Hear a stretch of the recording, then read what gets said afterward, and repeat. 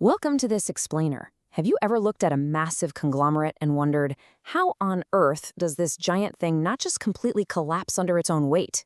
Well, that's exactly what we're going to dive into today. We're taking a top-down journey to see how these massive, multi-business corporations actually manage their incredibly diverse divisions. We're going to figure out how the biggest companies in the world decide what to buy, what to sell, and how they organize thousands of people to keep a massive competitive advantage. To do that, here's our roadmap. We'll start with the business portfolio, then move into finding strategic synergy. After that, we'll look at the corporate parenting approach, followed by something super interesting called patching, basically real-time restructuring, and finally, we'll wrap up with structure and culture. All right, let's jump right into step one, the business portfolio. Now, if you're managing dozens of businesses, you need a way to visualize them, right? Enter the GE 9-cell matrix. It literally dictates the future of an entire business division. It plots industry attractiveness against business unit strength. And honestly, the path forward becomes undeniable. Think about it. If you're highly strong in a super attractive market, you're in the invest and grow zone. You pour the money in. If both are low, well, you're looking at harvest or divest. Take your remaining profits and get out. And if you're somewhere in the middle, you selectively earn and protect your turf. To really make this concrete, imagine your rival trying to decode a giant like Apple. You could use this exact matrix to plot out their massive product lines. By mapping the market attractiveness of, say, tablets versus smartphones, alongside Apple's specific competitive strength in those areas, it's basically like having a strategic crystal ball. You can predict exactly where Apple is going to unleash billions of dollars in cash for future dominance, and where they might just quietly retreat. Now, another brilliant framework for portfolio management is the classic BCG matrix from the 1970s. It simplifies incredibly complex portfolios into 4 highly memorable and honestly kind of funny categories based on market growth and share. We're talking stars, cash cows, question marks, and dogs. It's just a phenomenal shorthand way for executives to decide what to keep, what to dump, and where to invest. The really crucial point here is how these categories actually interact with each other, especially the cash cow. So a cash cow exists in a mature, low-growth industry, but it holds a massive market share. Think of something like Coca-Cola in the incredibly established beverage industry. The market itself isn't growing exponentially anymore, but Coca-Cola's absolute dominance means their cash flow is highly predictable and it's enormous. That cash is then milked to fund the stars. The stars are those newer, riskier, high-growth ventures that desperately need capital to survive. Basically, you need the cows to feed the stars. Okay, moving right along to our second topic, finding strategic synergy. I know, synergy is one of those classic business buzzwords that gets thrown around a lot, but it has a very specific, powerful meaning here. Synergy means your combined corporate whole is significantly greater than the sum of its independent parts. It's when you take unique, value-building skills, like, say, a world-class supply chain or a totally legendary marketing team, and you transfer them from one product market directly into another. Bam! You've just created an unfair competitive advantage. But, this leads us to a pretty fascinating strategic dilemma. If you own all these different companies, is the corporate headquarters actually helping them achieve that synergy? Or are they just adding annoying layers of bureaucracy and getting in the way? And that perfectly sets up our third core topic, the corporate parenting approach. See, successful corporate parenting isn't just a happy accident. It requires following a highly intentional framework. First, you've got to identify the specific strategic factors that dictate success or failure in a given industry. Second, you look for areas where the business unit actually needs to improve its performance. And third, and this is critical, you have to honestly analyze the fit. Do the parent company's skills perfectly match the business unit's real needs? Because if the parent is amazing at manufacturing but the subsidiary really only needs help with digital marketing, yeah, that is a bad fit. Let's look at a real-world application of this.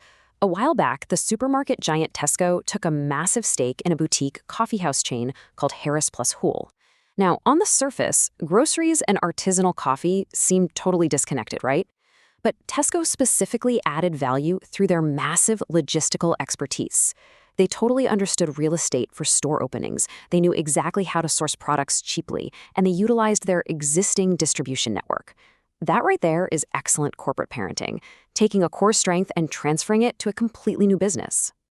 Which brings us right to the parenting fit matrix. The ultimate goal here is to focus heavily on your heartland businesses. These are the ones where your skills perfectly align with their needs. Conversely, you must absolutely divest your alien territory businesses. These are units where you literally have no helpful skills to offer, and your corporate interference is just going to destroy their inherent value. Bottom line, get out while you still can. Okay, let's pivot to Section 4, patching or real-time restructuring. Patching is just an incredible concept. I want you to think of a multi-business corporation as a giant quilt. Patching is the routine process of adding, splitting, transferring, exiting, or combining chunks of that business. It's like you're constantly stitching and restitching that quilt of business units so that it perfectly covers the rapidly shifting landscape of market opportunities. Now, notice the really stark contrast between traditional management and patching. Traditional reorganization, that's a massive, painful, defensive event that maybe happens once every 5 years. It is highly disruptive. Patching, on the other hand, is an ongoing, proactive evolution. It's all about making small, frequent, roughly right realignments so the company is always adapting. You're not sitting around waiting for a crisis to force a massive overhaul. A classic example of this in action is the historical rivalry between Dell and Compaq. Dell used patching absolutely masterfully. As they grew, they would continuously make small splits in their divisions. For instance, they'd take a broad government sales unit and split it into highly focused state and local divisions. Rivals like Compaq, though, traditionally struggled to match this. They focused instead on broader, much slower product additions. Dell's rapid, small-scale patching kept them constantly aligned with shifting customer needs. The big takeaway? Agility beats massive, sweeping overhauls every single time.